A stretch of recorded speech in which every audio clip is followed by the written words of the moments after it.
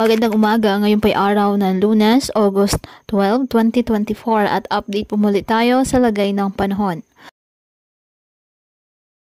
Ayon sa Pag-asa, patuloy po na minomonitor ang isang low pressure area na nabuo sa loob ng ating Philippine Area of Responsibility.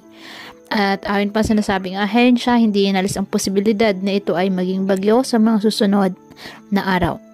Ngayon pa man, wala po itong direktang epekto ngayon sa lagay ng ating panahon.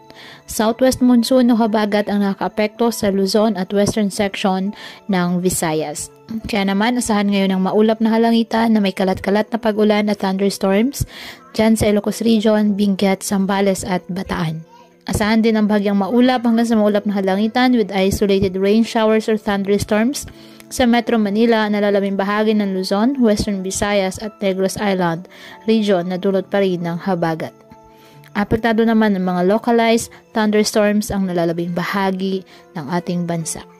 Kaya patuloy po natin na pinag-iingat ang ating mga kababayan sa banta po ng mga pagbaha at pagguho ng lupa, lalo na po kapag may malalakas na ulan, at ugaliin na magdala palagi ng payong o kahit anumang panangga sa ulan sa tuwing lalabas po ng ating mga tahanan. At yan po muna ang update sa lagay ng panahon ngayong araw. Muli patuloy po tayo na mag-ingat at palaging tandaan, God loves you. Stay safe and God bless.